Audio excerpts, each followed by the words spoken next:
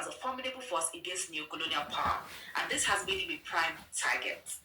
Now, after Muammar Gaddafi was removed from seat and unalived because of how outspoken he was as a leader against all odds, Ibrahim seems to be the next target. His unbending resilience and doggedness against the West needs to be studied, especially in expelling the West from Burkina Faso, his boldness in speech delivery, and in making sure he fights for the rights of his people has totally infuriated the West. And they've been looking for ways to, silence the young man through sanctions. Sanctions were imposed on Burkina Faso, but this did not stop Ibrahim Traore, neither did he bend to external pressure. Instead, he made bold moves in agricultural expansion, infrastructure development, and in strengthening the military. All this restructuring has contributed to the several attempts made on his life. Office. Traore has survived more than 20 assassination attempts, a staggering number that underscores the relentless efforts to eliminate him. These coup attempts are not random acts of rebellion. They are carefully planned and heavily funded operations aimed at destabilizing Burkina Faso. Millions of dollars have been poured into these efforts, proving that foreign entities are willing to go to extreme lengths to eliminate Traore and regain control over the region. One of the most shocking coup attempts was uncovered just weeks ago in Ouagadougou. A foreign agent was caught in the act, attempting to bribe soldiers with an astonishing sum of 5 billion francs money intended to finance a coup against Traore. The plan began months earlier when an individual arrived in Burkina Faso under the pretense of being an investor. To the public, he appeared to be a businessman seeking opportunities in the country. However, behind the scenes, he was orchestrating a sinister plot. According to intelligence reports, this man was not acting alone. He had direct ties to powerful foreign entities that have long sought to destabilize not just Burkina Faso, but the entire Sahel region. The West do not want to let go of Africa, neither do they want anyone to stand up as a savior. War and instability has been a major tool used by foreign entities to destabilize these nations in order to lay hands on their vast mineral resources. They make the nations come up as weak and unable to do anything on their own, hence depending on them. And in this relationship, they get to exchange something in return, and that is their minerals. Take a look at what is happening in the Democratic Republic of Congo. That is an example for us all. And not just that, we've had various examples like this in the past. We've had various situations such as this, where African nations sought help from the West. But what these guys didn't anticipate or prepare for is the outright loyalty of Ibrahim Traore's soldiers. They did not know that they would be so committed to the cause, committed to backing Ibrahim Traore up, that they only pretended to work with a foreign entity for a while, only to gather intelligence, to gather information, and on the long run, they planned a counter coup against the foreign entity. Now, one of the ways these guys infiltrate the camp of the African nation is that they bribe their way through. They look for a snitch, or they look for a person who is ready to sell their soul. Yes, to sell not just their soul, but to sell their people. And then they bribe their way through in order to do what they want to do. Oh, but they did not know that they were going to meet with a resistance, a force against them. I mean, everyone in Burkina Faso wants the best for Burkina Faso.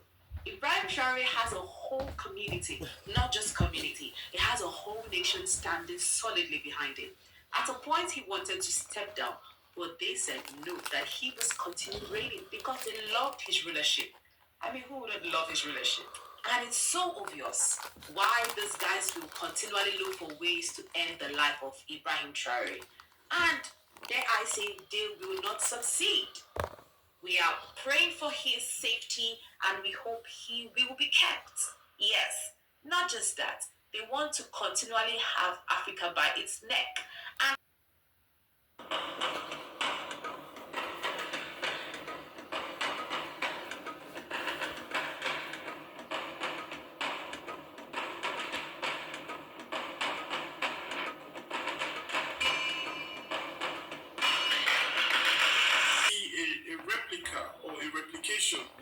of the late Thomas Sankara in him, because at that age, Sankara was just within that age bracket, even while he was president in Burkina Faso, that same country.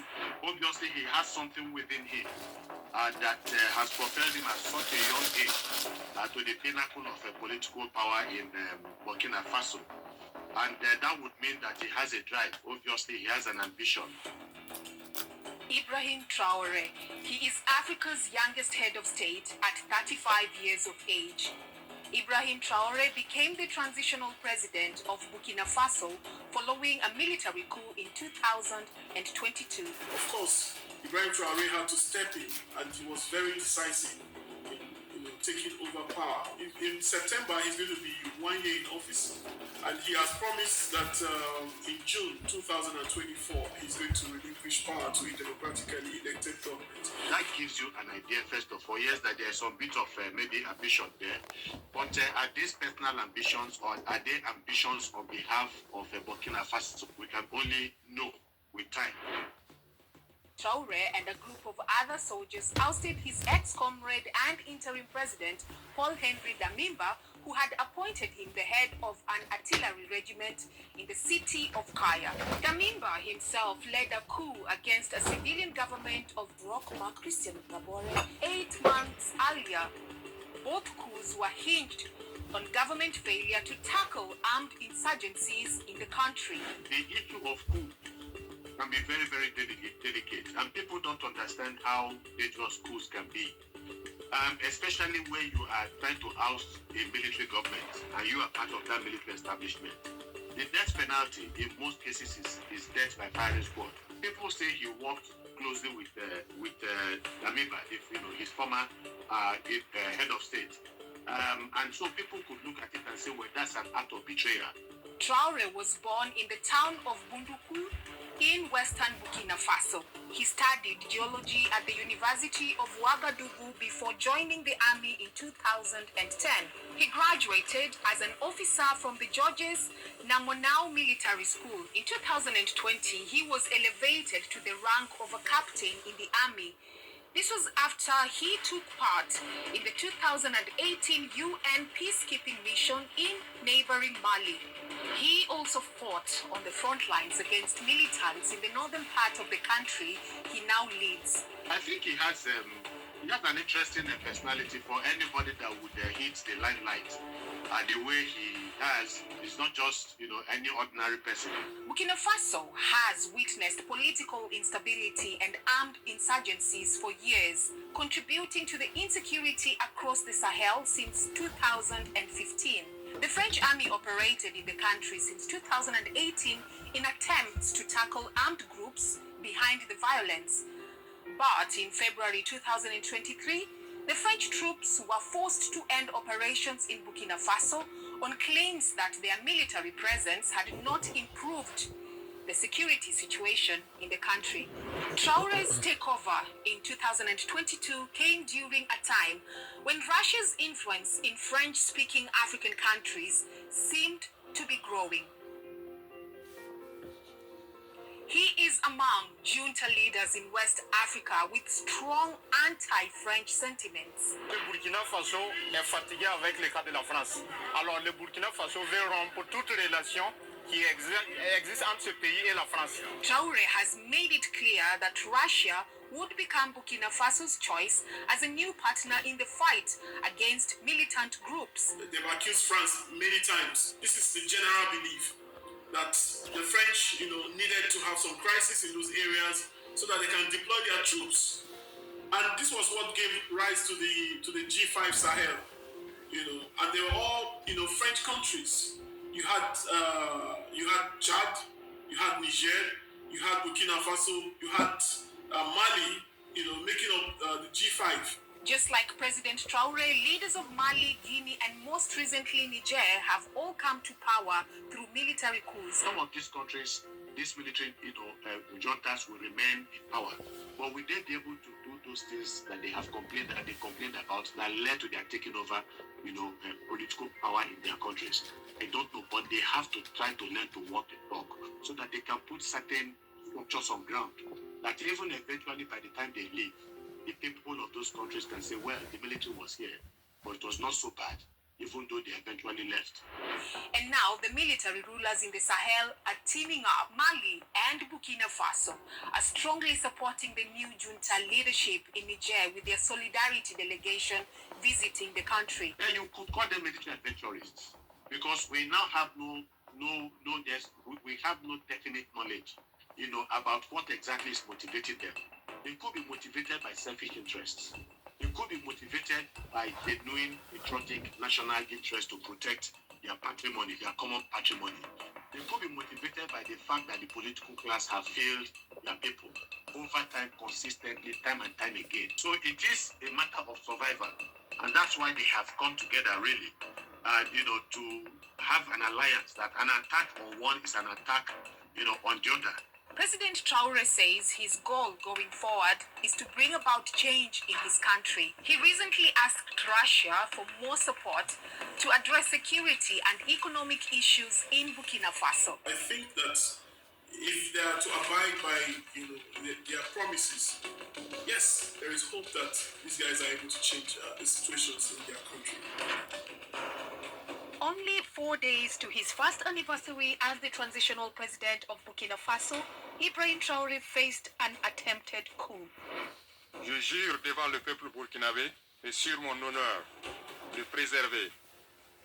It is an ironic twist of fate for the captain who came to power on September 30th, 2022, after ousting the previous junta leader, Colonel Paul-Henri Damiba. Damiba had been in power for only 8 months after ousting Roch-Marc Kabore. Damiba's reign came to a quick end on claims that Burkina Faso security crisis was worsening. Traore's military government may have foiled the recent coup, but has the 35-year-old's transitional presidency succeeded where Damiba supposedly failed?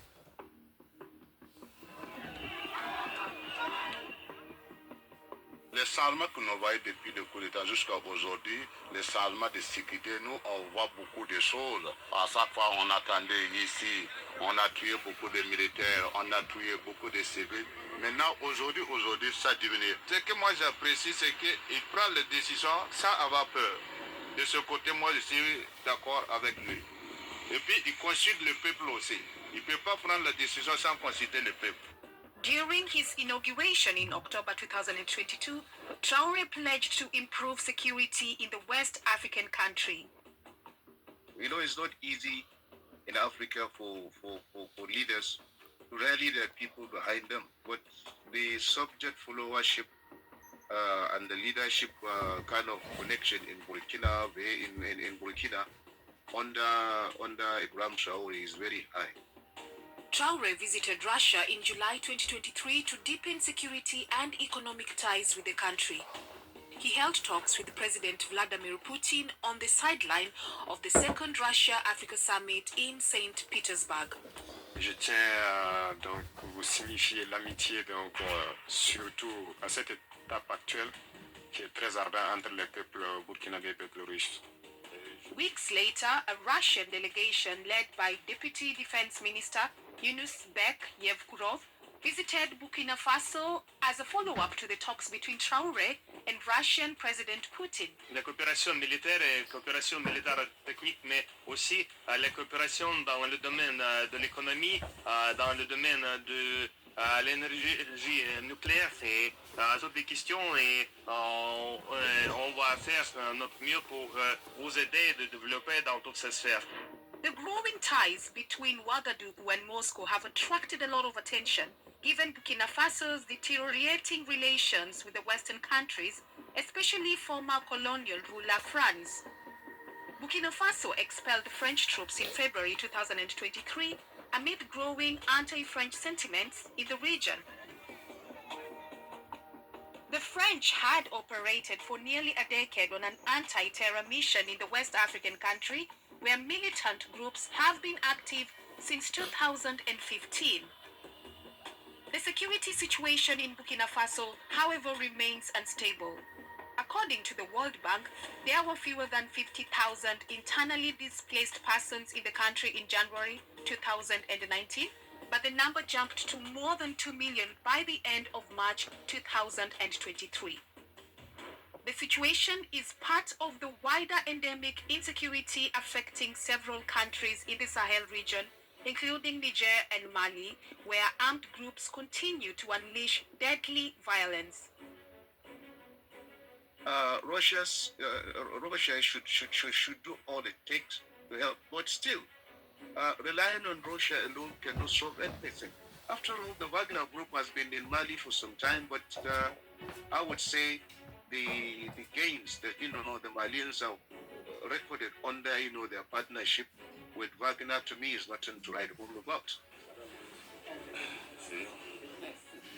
And now, President Traore is prominently strengthening ties with the junta-led neighboring countries of Mali and Niger.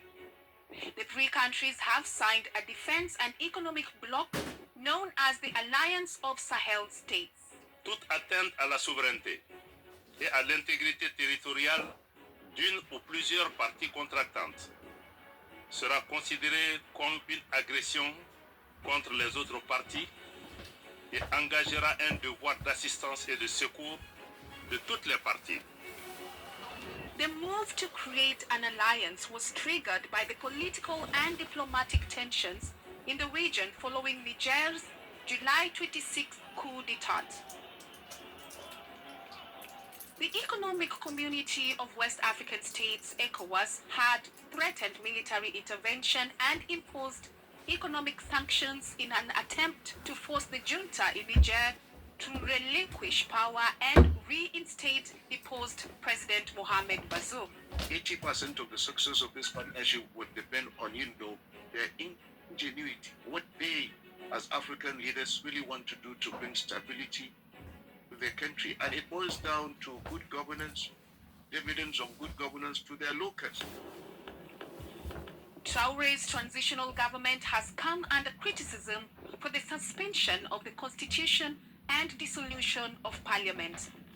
Analysts say the recent coup attempts against him could also mean there are some levels of discontent in the country as he continues to consolidate his grip on power. Les hommes politiques ont été réduits au silence, à tel enseigne qu'on n'a pas aussi un leader politique qui sort du lot, qui s'exprime et qui s'assume. Quoi qu'il en soit, les hommes politiques ont été véritablement réduits au silence, à tel enseigne que c'est devenu même un silence assourdissant. C'est un silence qui dérange, parce que étant donné qu'il y a des libertés qui sont plus ou moins stressées, quand les hommes politiques ne disent rien, c'est compliqué. Même de communiquer, c'est la même chose pour les organisations de la société civile, mais c'est beaucoup plus pour les partis politiques. Les partis politiques ne peuvent plus tenir les réunions. Même les réunions du bureau politique national sont suspendues. Besides the political situation, there has been a sharp decline in economic growth, particularly in agriculture, which is a strategic sector in the country. The economic growth slowed to 2.5% in 2022, according to the World Bank's latest economic update. Inflation rates among countries in the West African Economic and Monetary Union. The country is an emerging exporter of gold. More than 40% of the population lives below the poverty line. On peut créer des emplois pour les jeunes. Je pense que ça peut au moins avancer les choses. According to the transitional charter, Traore is expected to lead the country until July 2024, when a general election is scheduled to take place.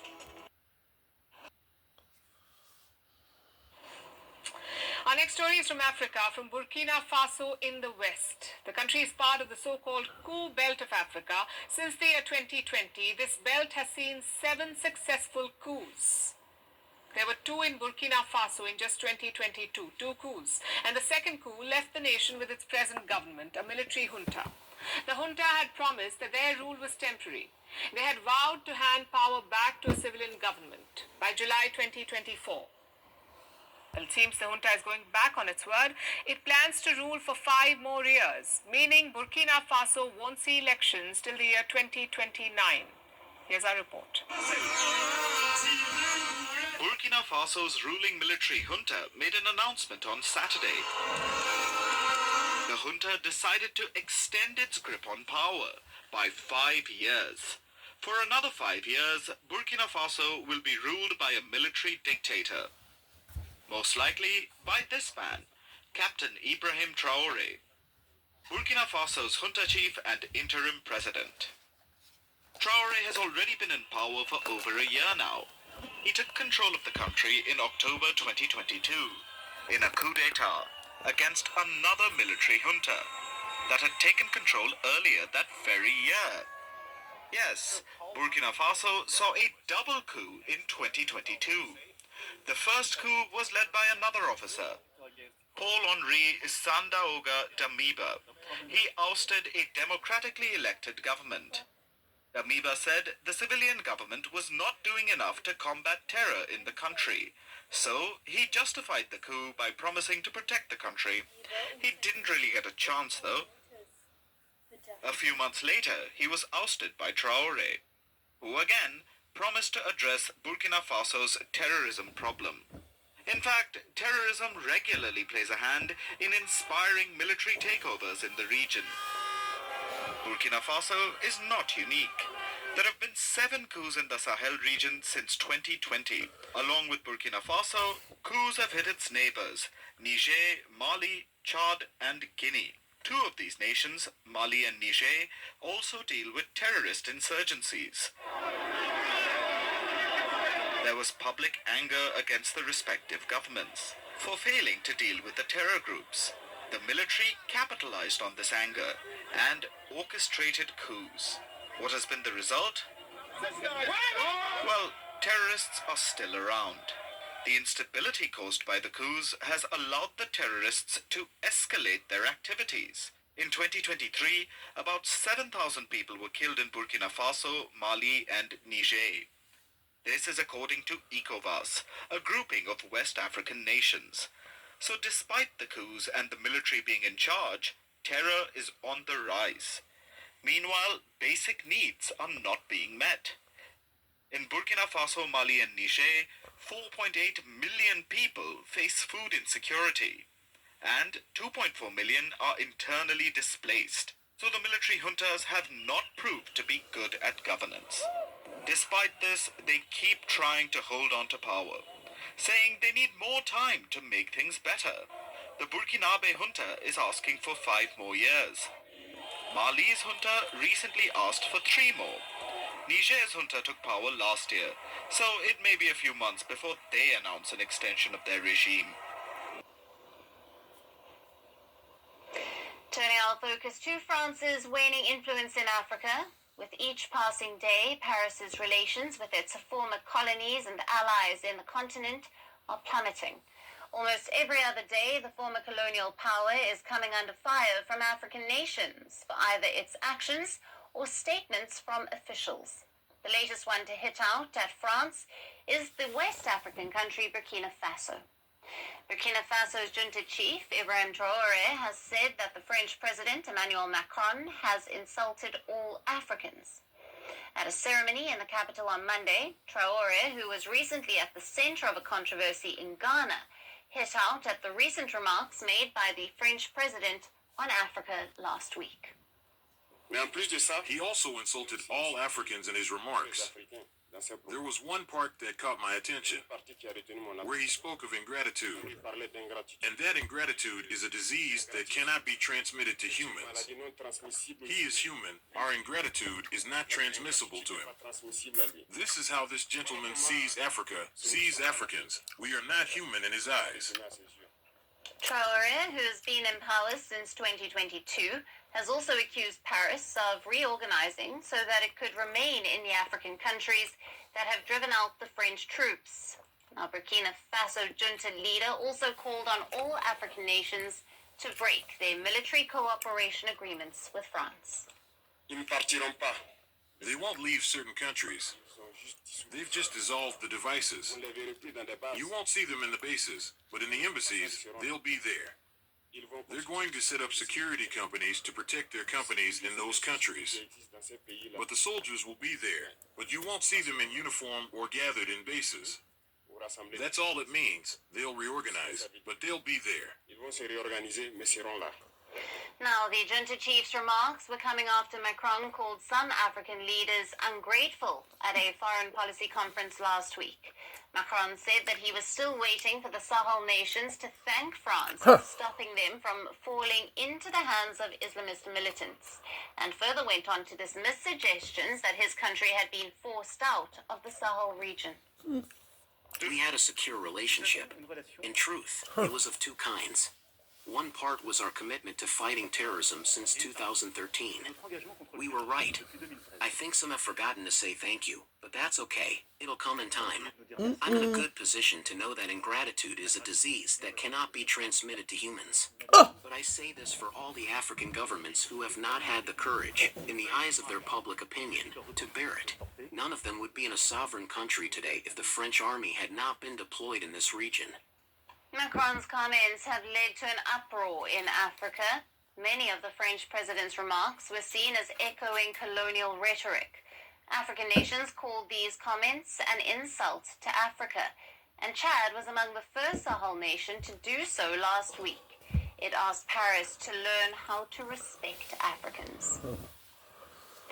Now, the country's president, Mohamed Idris Deby Itno, even said that Macron was living in the wrong era. I'd like to express my outrage regarding recent remarks by President Macron, which border on contempt for Africa and Africans. I think he is in the wrong era.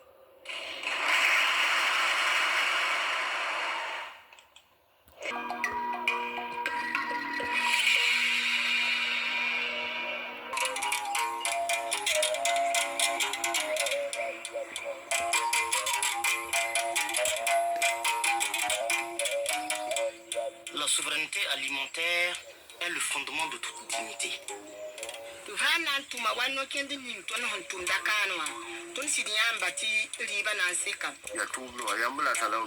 C'est le travail qui paye. Tout me tire. Il y a bon, c'est bon. On veut avoir à la fin un producteur organisé, un paysan organisé, un paysan techniquement préparé, qui a de l'équipement moderne, et un paysan consommateur de ses propres produits.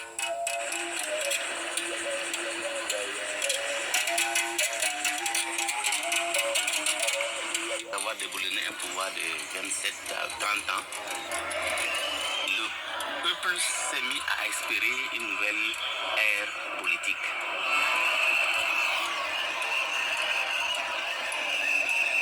Malheureusement, pas été rencontré par les différents régimes qui vont se suivre.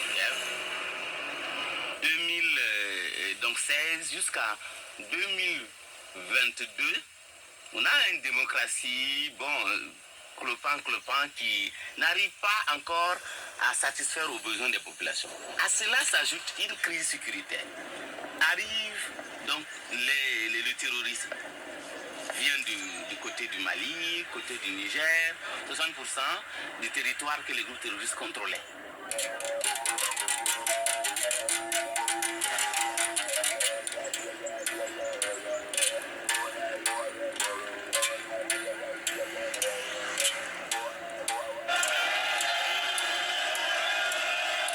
Janvier 2022, coup d'État. Il fait 8 mois. Et puis la situation sécuritaire n'est pas... ça s'aggrave davantage.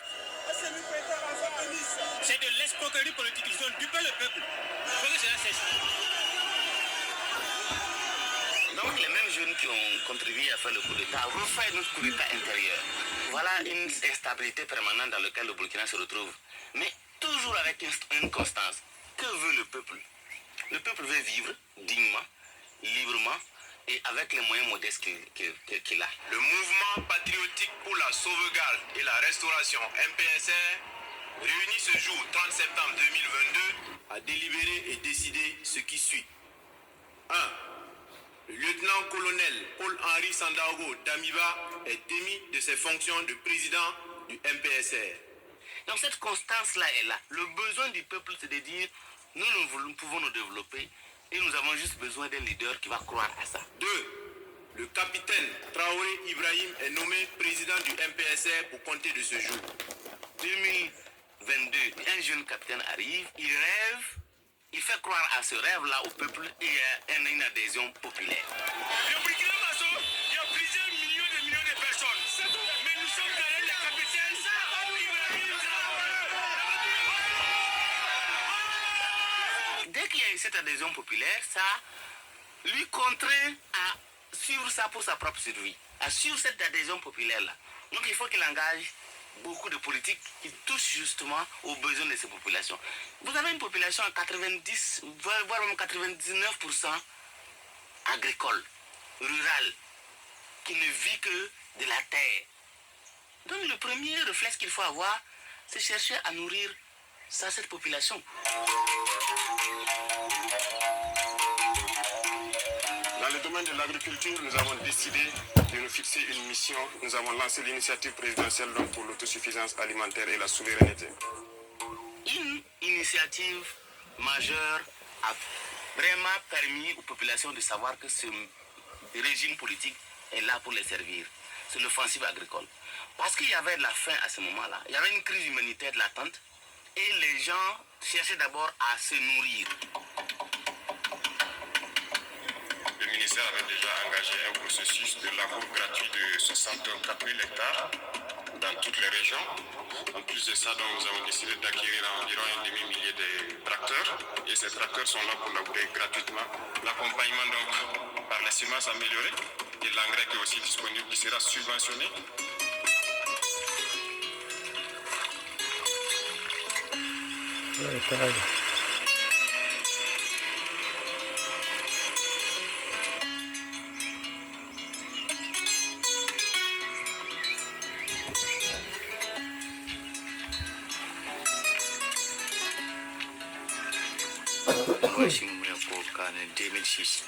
Ka gouvernement dikno ni na shon kwarba on pa ma shongra ba ma machine damba ba ma pondo bon ni pang pondo na kelam pa shonglo to tun ta dan ti liba yi pasom yi kiringo on se mon poldi le tout ma fa kama ha kela ko le dito peti dial man da ma shamsha shamsha ma shamsha yigida ma ligida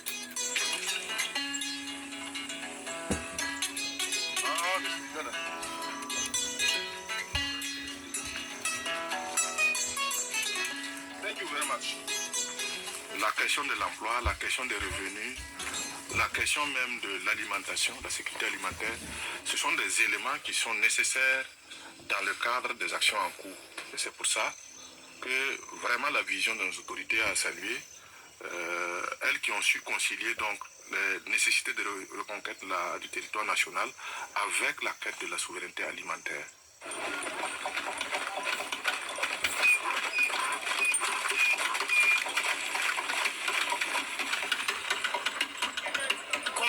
Une politique nationale qui puisse stimuler ou rattraper la quantité de terres où nous ne pourrons plus travailler du fait de son occupation ou du fait que l'État n'a plus son autorité ou du fait que les populations ont été déplacées. Il y a plus de bouches à nourrir. Nous avons environ 2 millions de personnes qui ne sont plus capables de se prendre en charge. Comment l'État peut créer une politique nationale d'occupation saine ou de redéploiement de ces populations?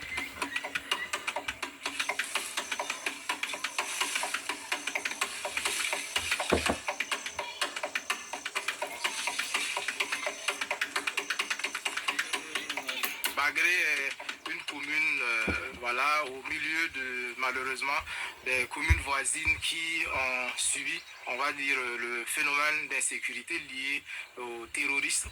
Voilà, donc nous avons accueilli beaucoup de personnes déplacées. D'habitude, vous savez que c'est une zone agricole et une zone pastorale. Et on a des problèmes de conflits et autres tout, mais cette année, les gens étaient plus préoccupés à travailler.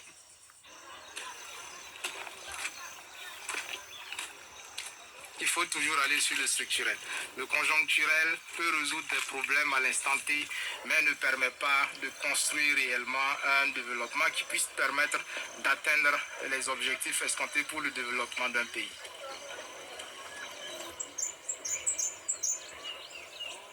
camera, the ultimate tool for capturing stunning aerial footage with precision and ease. Featuring a 4K HD camera, this drone delivers breathtaking clarity, while its intelligent stabilization system ensures smooth, shake-free shots. With long battery life and an extended flight range, you can explore and record from new heights like never before.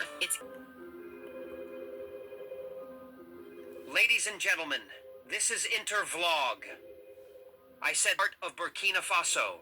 The governor of the Hauts Bassin region, Madame Mariama Konate, came out on Friday, January 31st, 2025, to show the world that Burkina Faso does not need Donald Trump's U.S. aid.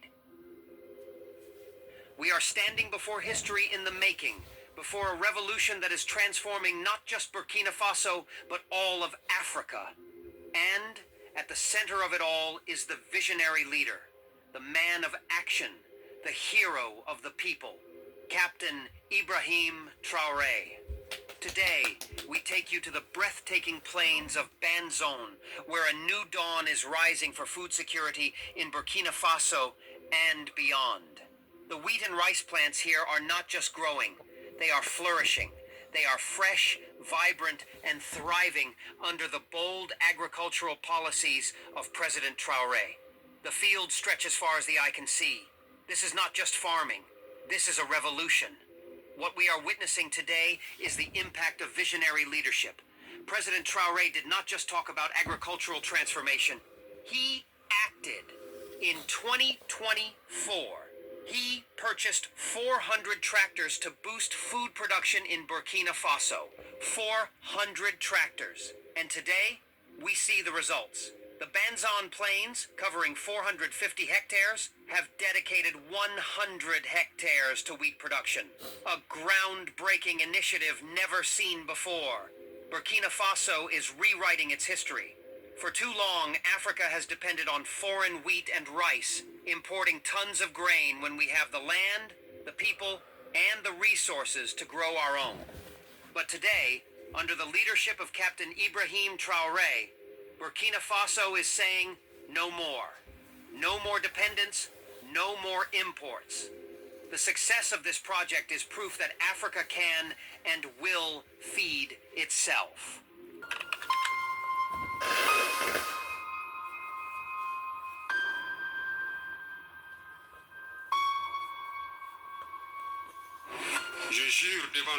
I swear before the people of Burkina Faso and on my honor to preserve, respect, uphold, and defend the Constitution, the Charter of Transition, and the laws, to make every effort to guarantee justice to all inhabitants of Burkina Faso. Garantir la justice à tous les habitants du Burkina Faso. When Ibrahim Traore is holding the puppet and the puppeteers' feet to the fire, and he is calling them out mercilessly, and we are here for it. He calls African puppet leaders house slaves. L'Afrique est l'empire des esclaves. Les Africains les appartiennent. Ils n'ont jamais pu changer de logiciel jusqu'aujourd'hui. Ce sont des individus qui n'ont aucune dignité, qui n'ont aucune morale, qui n'ont aucune personnalité. Ils sont toujours prêts à trahir leurs frères pour satisfaire le maître. The president says it has foiled a fresh coup attempt led by a former army official. The junta says that several people have been arrested in connection with the plot trying to destabilize the country. The junta has blamed a former high-ranking military official, Paul-Henri Sandaogo Dlamini, for leading the plot. Traore has faced coup attempts in the past as well. He has reportedly survived multiple assassination attempts. Even though Traore took charge with a promise to curb the insurgency, analysts say that extremism has grown under his rule. As per reports, the number of violent events involving jihadist groups in the region had almost doubled since 2021. And Burkina Faso is worst affected of all, with fatalities rising by 68% this year.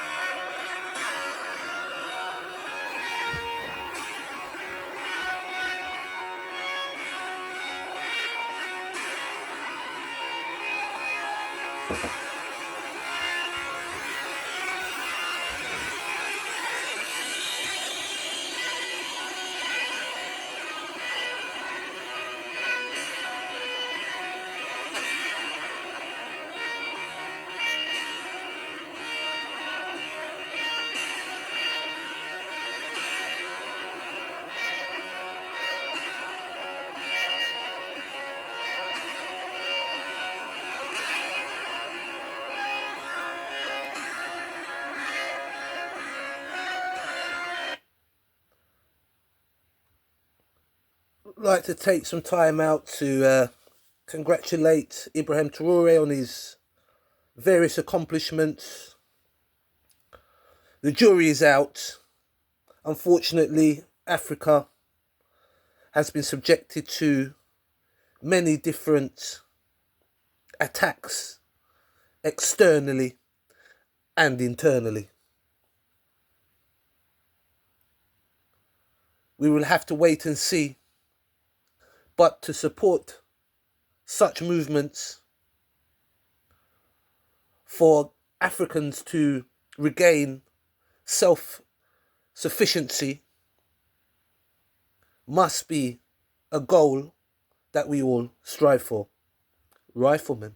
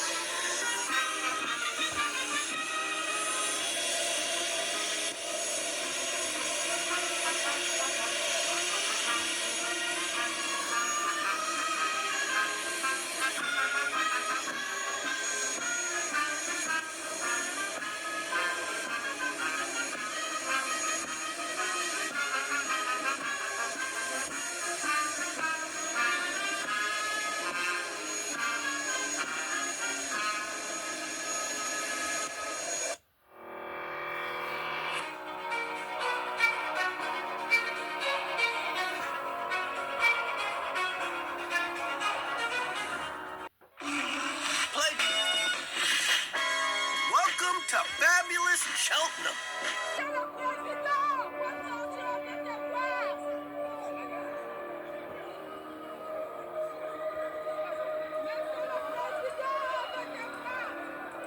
When it comes to security, President Ibrahim Traore of Burkina Faso doesn't leave anything to chance. Some may call him paranoid, but the captain prefers to think of himself as prepared for every eventuality. His recent visit to Ghana for President John Mahama's inauguration was a masterclass in controlled unpredictability and an unspoken declaration. Trust is a luxury he cannot afford. The inauguration was a spectacle of African prestige, opulent displays, armored convoys, and a security so tight it felt like Fort Knox had relocated to Accra. Heads of state strutted their heavily guarded entourages, flaunting the trappings of power.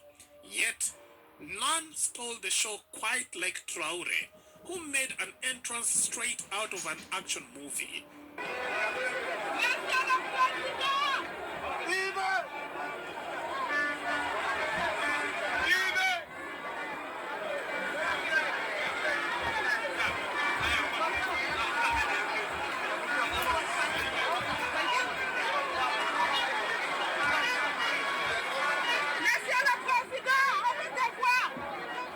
Officially, Traore had declined the invitation, opting to send a representative in his stead. Or so everyone thought. Ghanaian protocol officers were in for a shock when the man himself rolled up unannounced.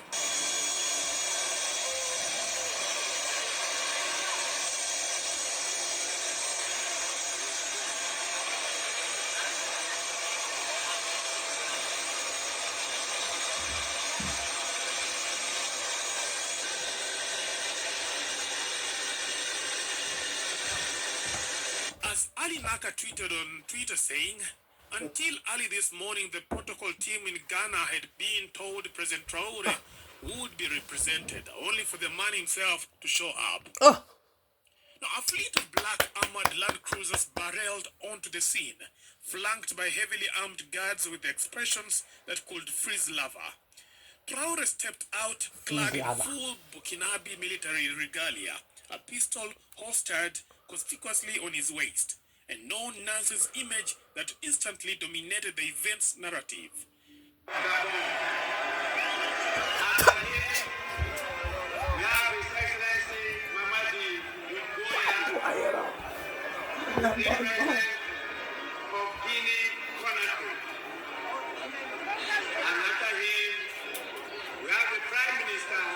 The head of state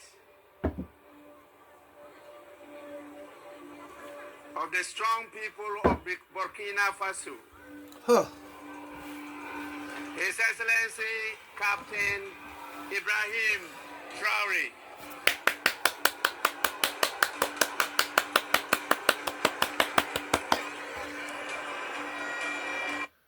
May I add, it doesn't hurt if you stand up and salute every time you hear the young man's name in support of him. As I did say before, yes, the jury is out, unfortunately, because of unscrupulous leaders in Africa. But I get a good vibe off this young man, and I'm very impressed in his what he's doing. Unfortunately, there seems to be no cohesion in Africa. Some still are gripped by power, by greed, and by the spirits.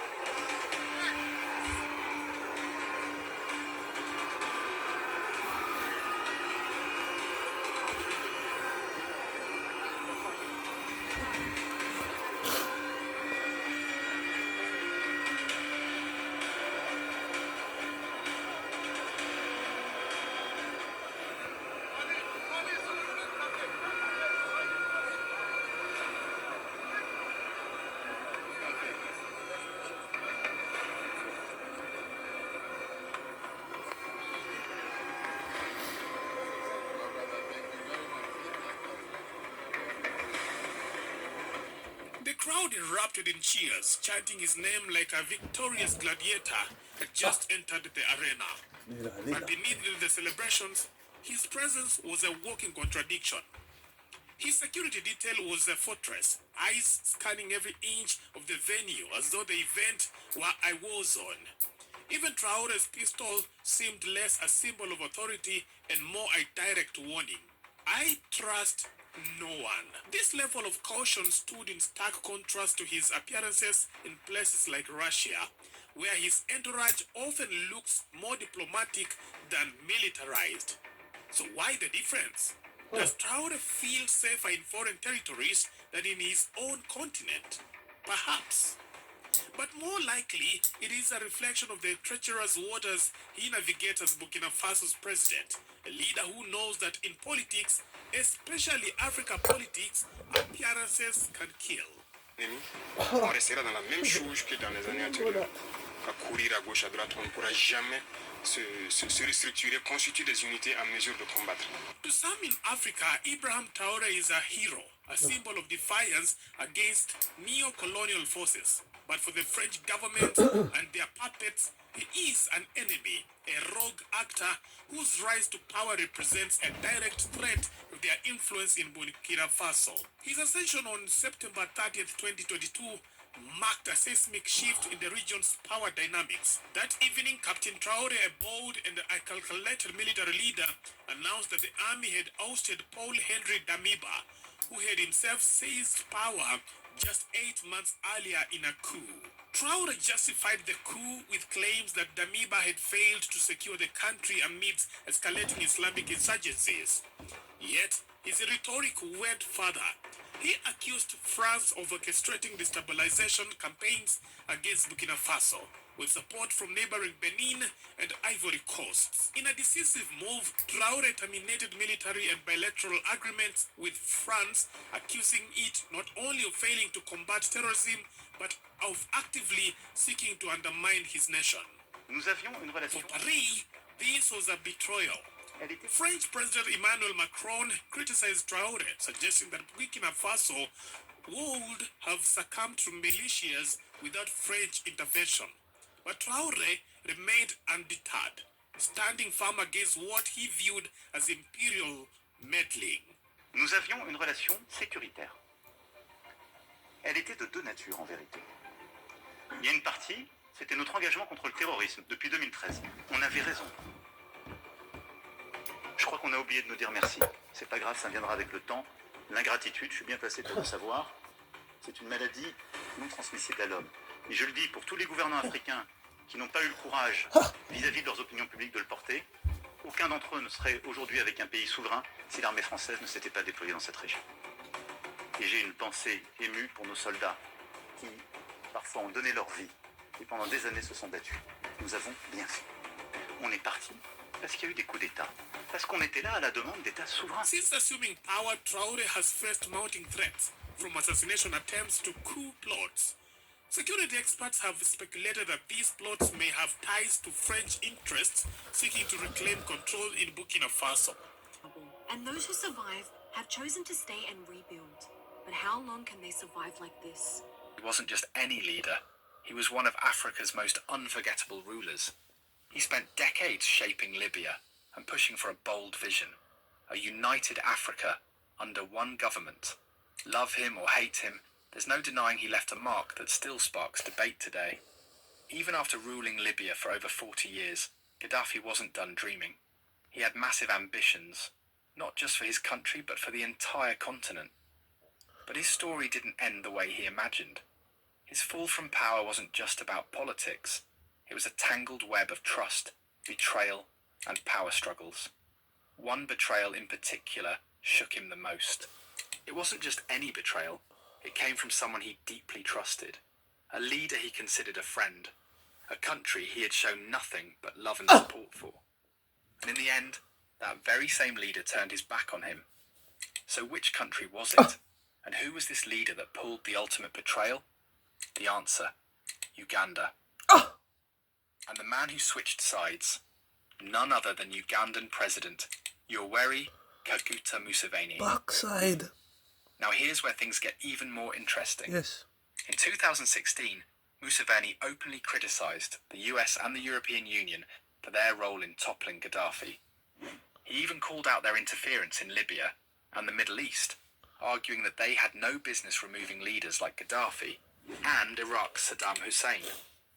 But if he felt this way, why did he betray Gaddafi in the first place? What changed? To understand that, we need to rewind a bit, back to when their friendship first began, and how things took a turn neither of them saw coming. Gaddafi's bond with Uganda didn't begin with Museveni. It went way back, long before he ever came to power. It all started in the 1970s, during the reign of Idi Amin. Gaddafi wasn't just an ally, He was one of Amin's strongest supporters.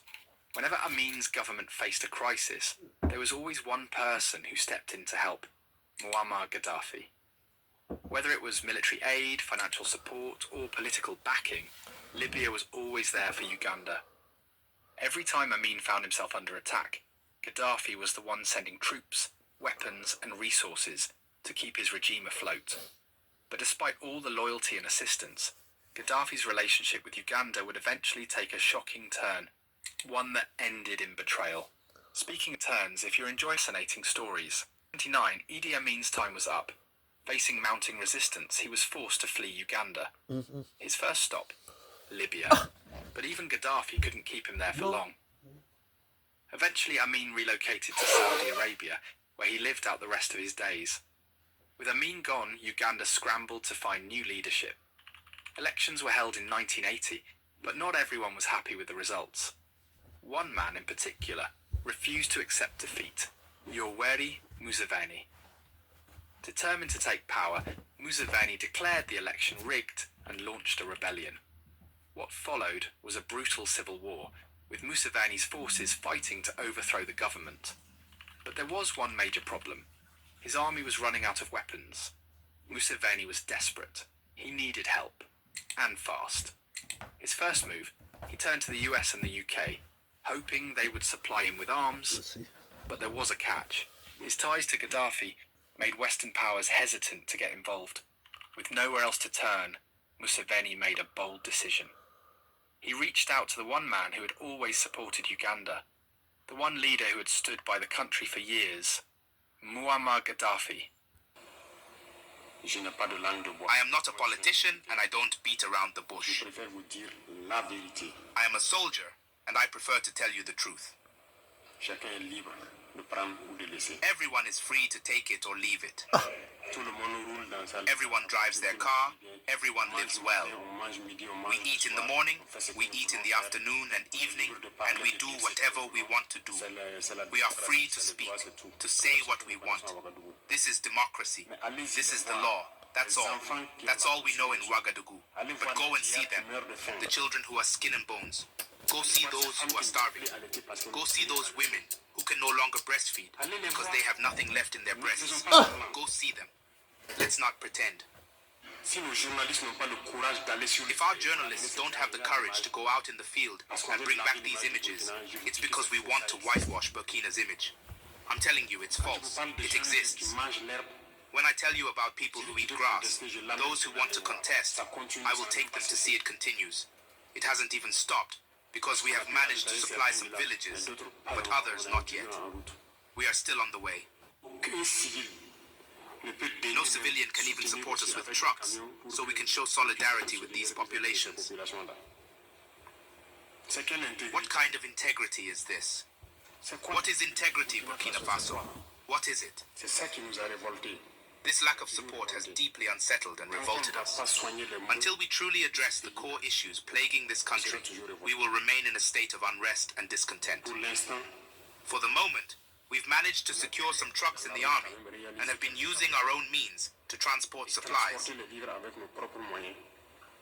However, this hasn't really added much to the support for the starving populations. And even in doing this, there's been a distinct lack of empathy. The citizens were aware of the situation, but they've remained on the sidelines. This is to say that solidarity has disappeared in Burkina. Have pity for the people. Have pity for the youth. You can see, this reminds me of when Saddam had the meeting in Iraq, SIP to Saddam Hussein. Another quite controversial character in world history. As we know, Babylon is always mentioned. The Rastafarians always called to burn down Babylon. And funny enough, Babylon is in the Middle East. Yes, it's in Iraq. Ancient place, full of history. Full of history, that place. But back to when Saddam made his speech. I don't know if you've ever seen it. There was absolute fear-stricken men inside the government hall that day. And Saddam read out a list of people who he thought had tried to assassinate him.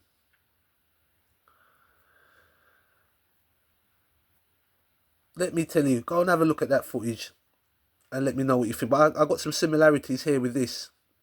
I don't know if you want me to drop it in after. I don't really want to get away from what I'm doing. But there is a comparison there to this. For the children. What have these villagers done so that when the sun sets, they find themselves in caves and under trees? They leave village after village, and in the morning they come back to see if everything is okay before returning. They sleep in the bush. They cannot sleep in their homes. We don't tell you these truths. This is the reality of Burkina. We only see our cities. We are responsible for what happens to us, and we will be fully responsible for what will follow, whether it is good or bad. It will depend on our behavior in the future. Everyone gives their best. And I think we can get there. I am optimistic. I have faith. And it will happen.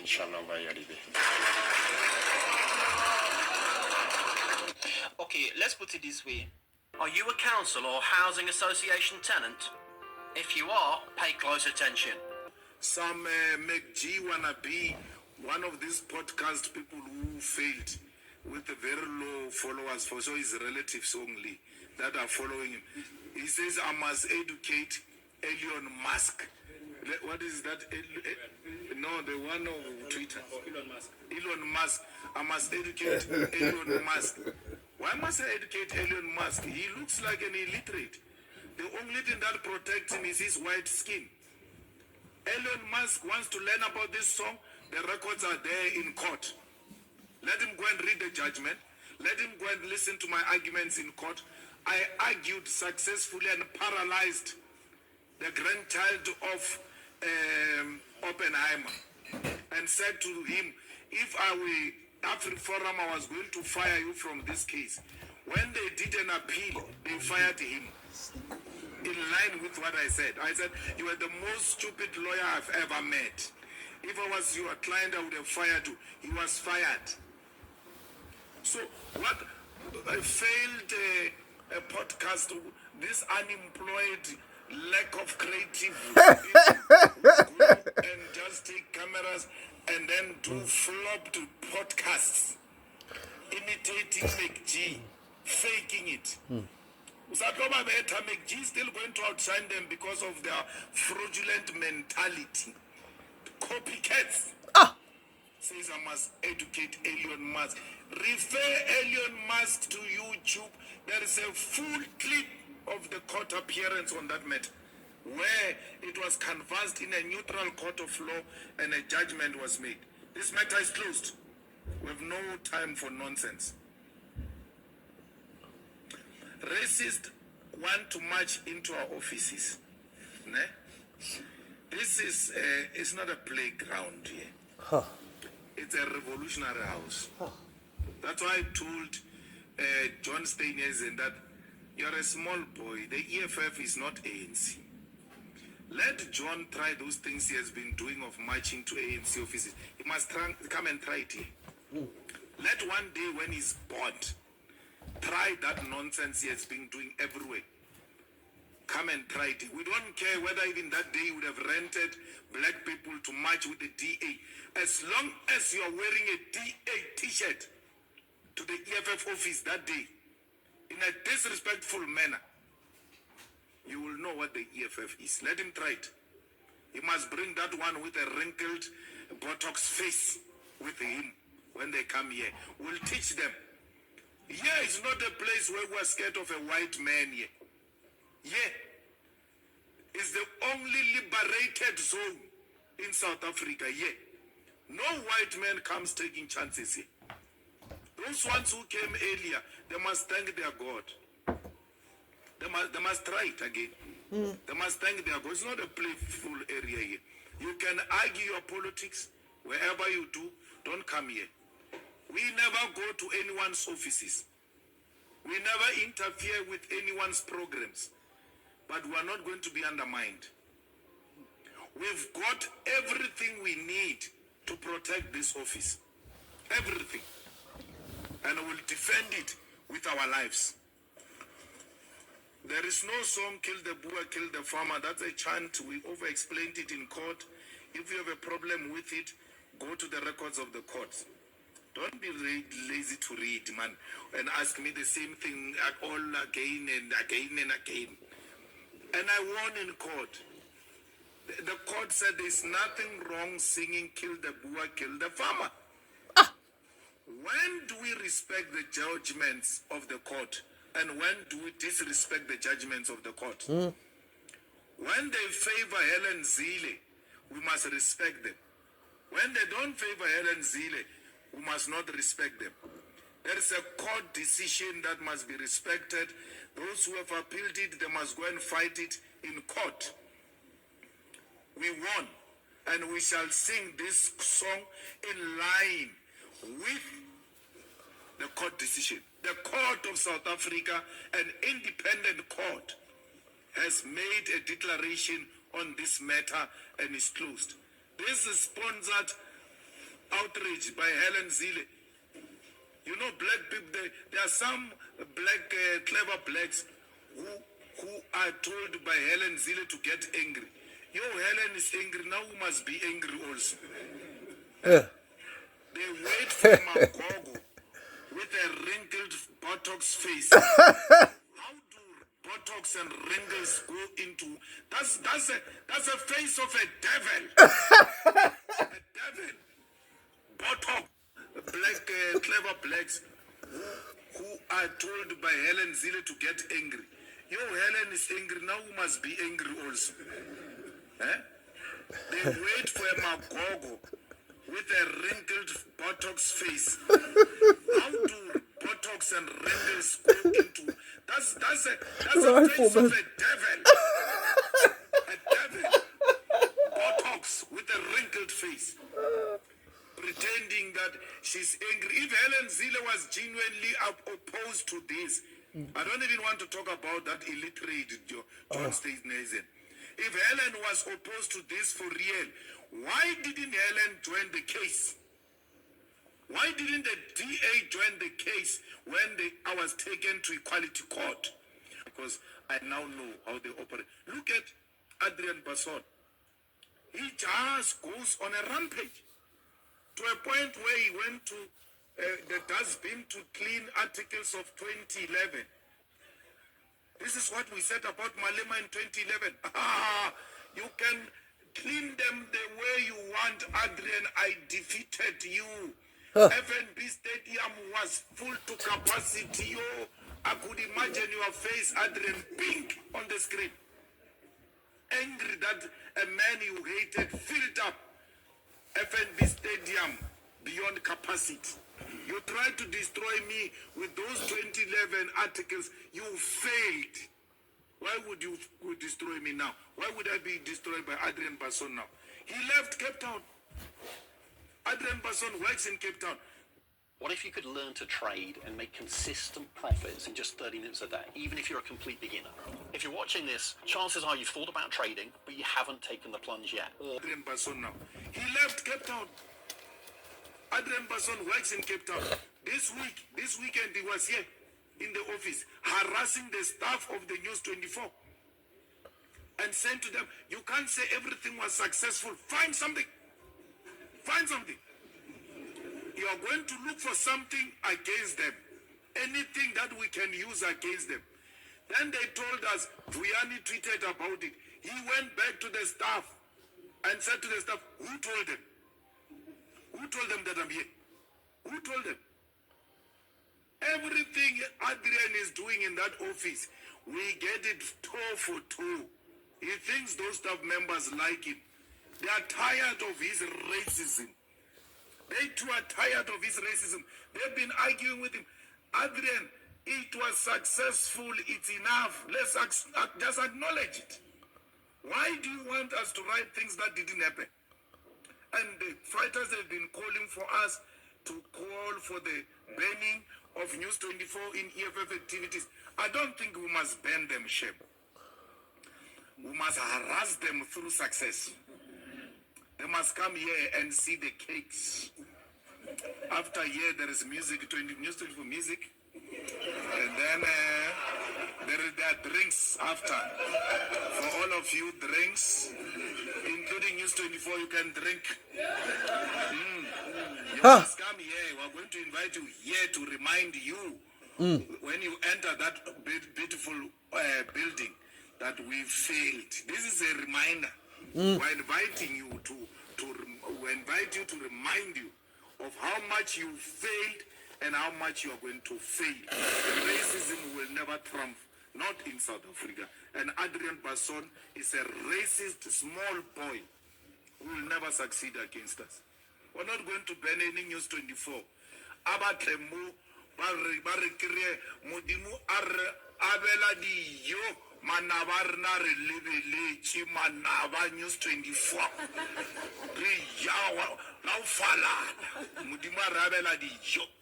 AWB, they're excited, don't worry about them. The EFF members are capable of defending their own organization and their own office. They will defend it with everything. For sure, you all know them, how fearless those people are. We are the ones who are always saying to them, hey, wait, man, wait. But otherwise, they are forever ready. Now you went to see them outside. No one called them. You guys reported that there is a situation at the EFF office. Immediately, what? And then they came here.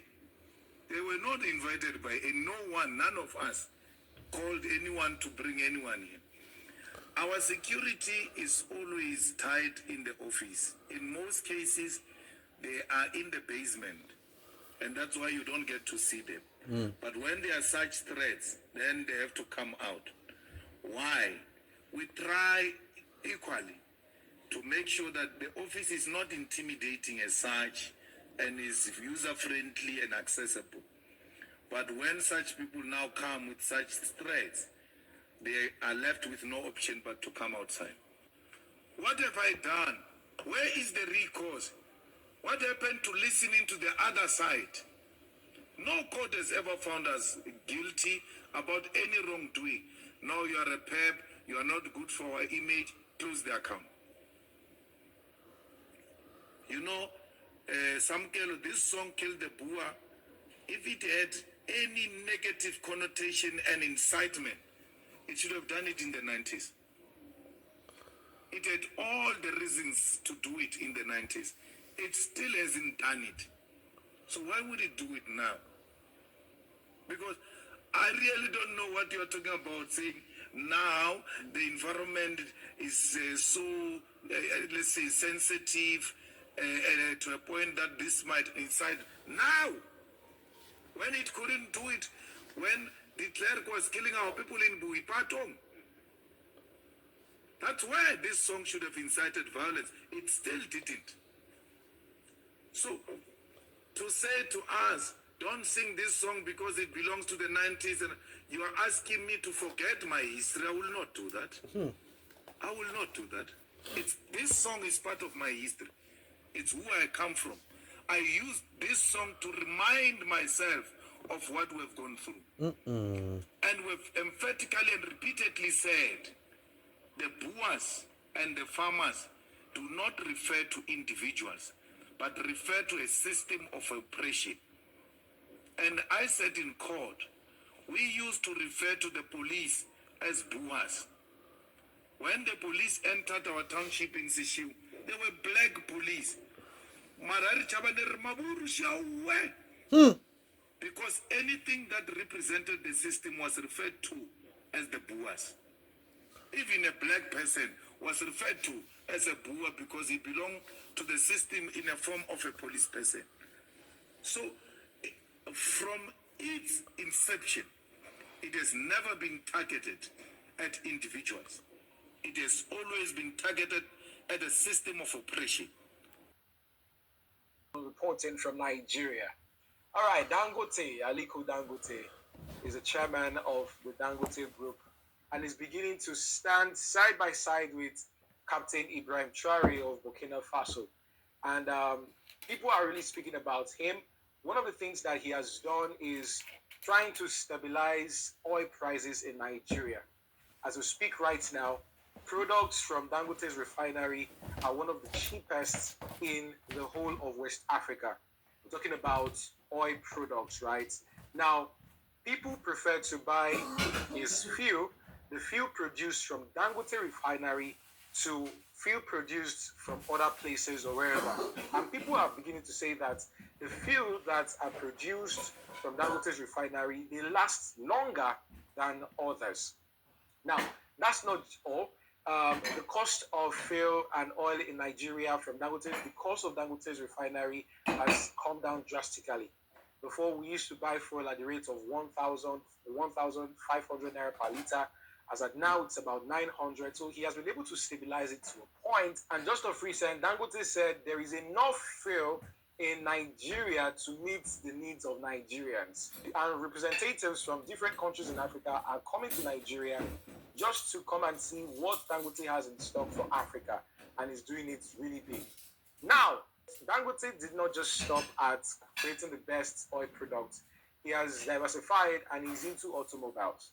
It is said that he has collaborated with Peugeot Nigeria Limited to create what we have, Dangote Peugeot Automobile Nigeria Limited, that is producing one of the most fuel-efficient vehicles in Nigeria.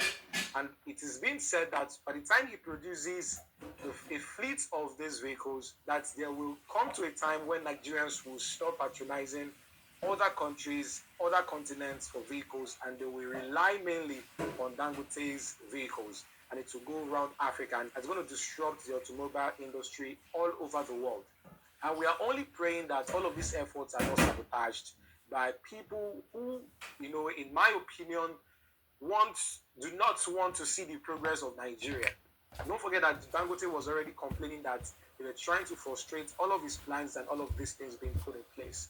So if this happens, now this man is being celebrated. Already he has produced about 120 of these vehicles and is said to be selling very quickly in the market. And I heard that those vehicles will be put in the market at a very, very cheap rate. So, hey, we got somebody who is going to stand at par with Ibrahim Traore, right?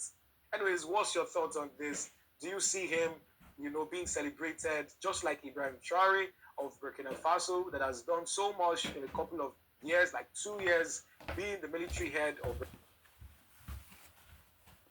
suffered its second coup d'etat in less than 9 months. Then 34-year-old Army Captain Ibrahim Traore seized power, ousting Lieutenant Colonel Paul Henry Damiba, who led a coup in January of that year, toppling former President Roch Kabore. Justifying why he was removing Damiba from office, Ibrahim Traore said in a televised address that the embattled head of state had failed to tackle the perennial problem of insurgency that has been hitting Burkina Faso in recent years. Now, when Ibrahim Traore was named as the leader of the coup plotters, certain observers pointed out his resemblance to Thomas Sankara. In addition to the Red Beret, Ibrahim Traore had several points in common with the national icon Sankara. Both of them are captains, both came to power at the age of 34, and both were perpetrators of a coup against the military, which had itself come to power by force just 8 months earlier. In this episode of African Biographics, we cover the meteoric rise of Burkina Faso's Captain Ibrahim Traore. Ibrahim Traore was born in 1988 in Bondokui in the Mohun province of Burkina Faso. He attended primary school in his hometown and secondary school in Bobo Dioulasso, Burkina Faso's second largest city. Unlike his predecessor Damiba and many other Burkinabe officers who embraced a military career as teenagers, Ibrahim Traore had a civilian background before joining the army. He moved to Ouagadougou, the capital, to study geology at the Joseph Kizebo University, with reports describing him as shy and rather reserved, but also very intelligent. As the valedictorian of his class, he chose to join the army rather than continue his university studies, and so in 2009, Ibrahim Traore joined the Georges Namoano Military Academy in Po. This academy is a second-tier institution compared to the prestigious Kadiogo Military Academy, of which Thomas Sankara and the former President Damiba are alumni. Upon his graduation in 2012, Ibrahim Traore joined the artillery regiment of Kaya, and 2 years later, he was promoted to lieutenant. Ibrahim Traore quickly impressed his superiors and was sent for anti-aircraft training in Morocco. After serving in relatively junior positions in Burkina Faso's military, Traore's major breakthrough came in 2014 when he was deployed to Mali as a soldier under the United Nations peacekeeping mission program MINUSMA. In Mali, Traore cut his teeth fighting the jihadists and ethnic insurgents. According to various accounts, Traore showed bravery in the face of a complex attack by militants in the northern Timbuktu region. This was in 2018. The following year, he participated in a military operation codenamed Operation Otapuano in Burkina Faso's restive east for 7 months. Despite being touted as a major success, this operation resulted in only temporary withdrawal by militants from the region and a corresponding increase in attacks elsewhere in the country. Ibrahim Traore also served in a detachment of Makoye in the northern Sahel region at the so-called three-border zone of Mali, Burkina Faso, and Niger, on the front lines against jihadist groups, and took part in several operations there. People who knew Traore at the time said that he exhibited leadership attributes, including being willful, courageous, and close to his men. Ibrahim Traore was promoted to the rank of captain in 2020. Around the same time, however, he was among the young and destitute officers who couldn't help observing their superiors' inability to contain the jihadist threat in the field. Traore and his fellow officers were stuck between a rock and hard place. One source recounted an incident that occurred in 2020 when the town of Basalogo in central Burkina Faso was on the verge of falling to jihadists. The highway into Basalogo was believed to have been mined, so Traore led his men on a commando trek across the countryside, arriving in time to free the town. At this point, I need to mention that the rebel insurgency has had grave consequences for the people of Burkina Faso. Jihadist-inspired terrorist groups are wreaking havoc in Burkina Faso's northern regions, controlling large swathes of territory, especially in the countryside beyond the reach of the central government. According to estimates, the government controls slightly over 50% of the country's territory, and the actual figure could be lower. Attacks by the Group for the Support of Islam and Muslims, also known as JNIM, an Al-Qaeda offshoot, and by the Islamic State Sahel have been on the rise in the Sahelian tri-border region among Burkina Faso, Mali, and Niger. JNIM in particular, which is based in Mali and active across much of West Africa, exploits a lack of opportunities as well as ethnic and social divisions among the populace to facilitate recruitment and build its influence in the region. JNIM funds itself by ransoming captives, taxing locals, smuggling weapons, and extorting human and drug traffickers. In Burkina Faso, the attacks by the jihadist groups include armed attacks, abductions, carjackings, improvised explosive devices, rocket attacks, and ambushes. The most affected regions in Burkina Faso are the Sahel, Nord, Central Nord, and the EST. By late 2021, a humanitarian crisis was evident in many parts of Burkina Faso, and a quarter of the population faced food insecurity. By mid-September 2022, more than 3,000 people had been killed, a third more than in all of 2021. Overall, some 2 million people have been displaced in Burkina Faso. In January 2022, a military coup led by Lieutenant Colonel Paul-Henri Damiba overthrew the civilian government of President Roch Kabore. President Kabore was elected in 2015 and re-elected in 2020 to replace President Michel Kafando, who led a transitional government following the 2014 popular revolution that ousted Blaise Compaoré. Blaise Compaoré ruled Burkina Faso for 27 years after taking power in the 1987 bloody coup that claimed the life of revolutionary leader Thomas Sankara. When Damiba took power, he cited President Kabore's inability to curb the Islamic insurgency plaguing Burkina Faso. Soon after taking power, Damiba instituted the Patriotic Movement for the Safeguard and Restoration, the MPSR, and vowed to reconquer the country by fighting the jihadist insurgents and helping the 2 million internally displaced people return to their homes.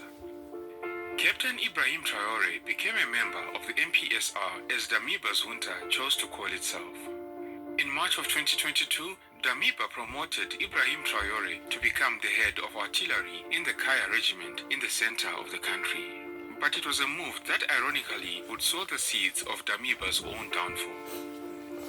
Unfortunately, during President Damiba's short time in power, attacks by militant Islamists increased in Burkina Faso as they seized territory in rural areas and encircled cities. Under this new government, little improvement was seen by many members of the military.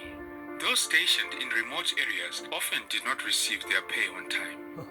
Captain Ibrahim Traore's regiment became a cradle of discontent, and Traore himself, tasked by his colleagues with channeling their frustrations, made several trips to Ouagadougou to plead their case with President Damiba. As the months went by, discontent with President Damiba continued growing among the troops. The soldiers still faced the same logistical difficulties and were suffering heavy losses. This is why Lieutenant Colonel Damiba and his entourage of air-conditioned officers sitting in their comfortable, cool headquarters in the capital were accused of being out of touch with reality. Disillusionment at the response of Damiba's government turned into anger, which appears to have crystallized among the soldiers into resolve to seize power. Like the January push, the trigger was an attack on 26 September 2022 by jihadist forces on a 150-truck convoy loaded with food headed for Djibo, one of the main cities in the war-torn north. This city of 60,000 people had been under siege by terror groups for about 18 months. This attack on the convoy, which was claimed by an Al-Qaeda-linked group, killed 37 people, including 27 soldiers. In the army ranks, the frustration was palpable, especially among the youngest members. This defeat of the army was pinned on Damiba. A week earlier, he had mobilized a 70-strong delegation to attend the United Nations Summit in New York. There, President Damiba argued that his government was making some progress in the fight against terrorism, and he also asked for support from the international community. The trip to the United Nations Summit was perceived at home in Burkina Faso as wasteful and in total disregard of the dire insecurity situation of the country. In the days that followed, Captain Ibrahim Traore, on behalf of many aggrieved soldiers, went to Ouagadougou to speak with President Damiba. He asked for an audience with the president but never received an answer. Faced with what they saw as contempt, Traore and other officers of his generation decided to take action. At dawn on 30 September, gunfire rang out in Ouagadougou. The coup plotters had gone into action. It was around 8 p.m. local time when a military man in fatigues, bulletproof vest and red beret, surrounded by hooded and helmeted men, appeared on the Burkina Broadcasting Corporation, the RTB. Unfortunately, our common ideal was betrayed by our leader, Lieutenant Colonel Paul Henry Sandago Damiba, in whom we had placed our trust. Indeed, the deterioration of the security situation which justified our action has been relegated to the background in favor of unfortunate political adventures, far from liberating the occupied territories. This man announced that Captain Ibrahim Traore was taking over as head of the Patriotic Movement for Safeguard and Restoration, thereby overthrowing Lieutenant Colonel Paul Henry Damiba. Conscious of our historical responsibility, the Patriotic Movement for Safeguard and Restoration hereby commits all fighting forces to refocus on security and the restoration of the integrity of our territory. We reassure the international community that Burkina Faso will continue to respect its international commitments, including human rights. Traore's junta also made clear its aims to diversify Burkina Faso's international partnerships in the fight against jihadism. As this particular coup unfolded, over the next 48 hours, Captain Ibrahim Traore and his men showed that they were not afraid of the heat and that they would not hesitate to play with fire. On 1 October, with their coup d'etat seemingly going off the rails, Traore and his officers went on national television to accuse Damiba of having taken refuge in the French military base of Kamboinsin to prepare a counter-offensive. In a Burkina Faso, white-hot with anti-French sentiment, this announcement was a bombshell. Although the French government denied it, thousands of demonstrators took to the streets of Ouagadougou and Bobo-Dioulasso to attack the French embassy and the French Institute. So now, what initially started as a coup d'etat by soldiers turned into a popular insurrection to save the country from an alleged plot supported by France. During the night, several army corps, including the Air Force and some special forces, switched to Captain Ibrahim Traore's camp. The next morning, the case was heard and Damiba was forced to resign. At just 34 years old, Captain Ibrahim Traore was installed as transitional president of Burkina Faso. In the Red Beret, Captain Ibrahim Traore, Burkina Faso's new junta leader and self-appointed president. Thousands gathered in the capital in what seemed like a victory parade after Friday's coup. For the ousted Paul-Henri Damiba, grabbing power in the capital Ouagadougou proved easier than fighting armed groups in the north of the country, where soldiers face setbacks at the hands of armed groups linked to ISIL and Al-Qaeda. Since Ibrahim Traore took hold of power, tensions have been running high with France, whose colonial rule of Burkina Faso extended from 1896 to 1960. Following the coup d'etat, hundreds demonstrated in Ouagadougou demanding the end of the French military presence, strongly contested in West and Sahelian Africa. In January 2023, Burkina Faso gave France 1 month to withdraw its troops as it ended a military accord that allowed French troops to fight insurgents on its territory, citing a wish for Burkina Faso to defend itself. The following month, in February 2023, the two countries, France and Burkina Faso, officially marked the end of French military operations in the West African nation after a flag-lowering ceremony at the French Special Forces camp. All of this fueled speculation that Burkina Faso would deepen security ties with Russia, like neighboring Mali, where Russian Wagner mercenaries were operating. In August of 2023, Ibrahim Traore held talks with the Russian delegation that included discussions on possible military cooperation. This was a follow-up to talks between Traore and Russian President Vladimir Putin at the Russia-Africa Summit that was held in St. Petersburg in July of the same year. While his fellow African presidents were dressed in their characteristic, custom-tailored expensive suits, Ibrahim Traore showed up in military combat clothing, complete with a red beret and tactical gloves. This has since become his trademark.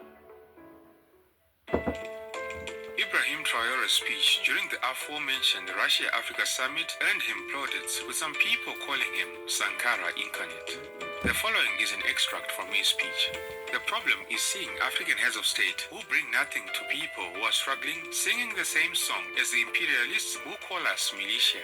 As a result, they end up referring to us as people who do not respect human rights.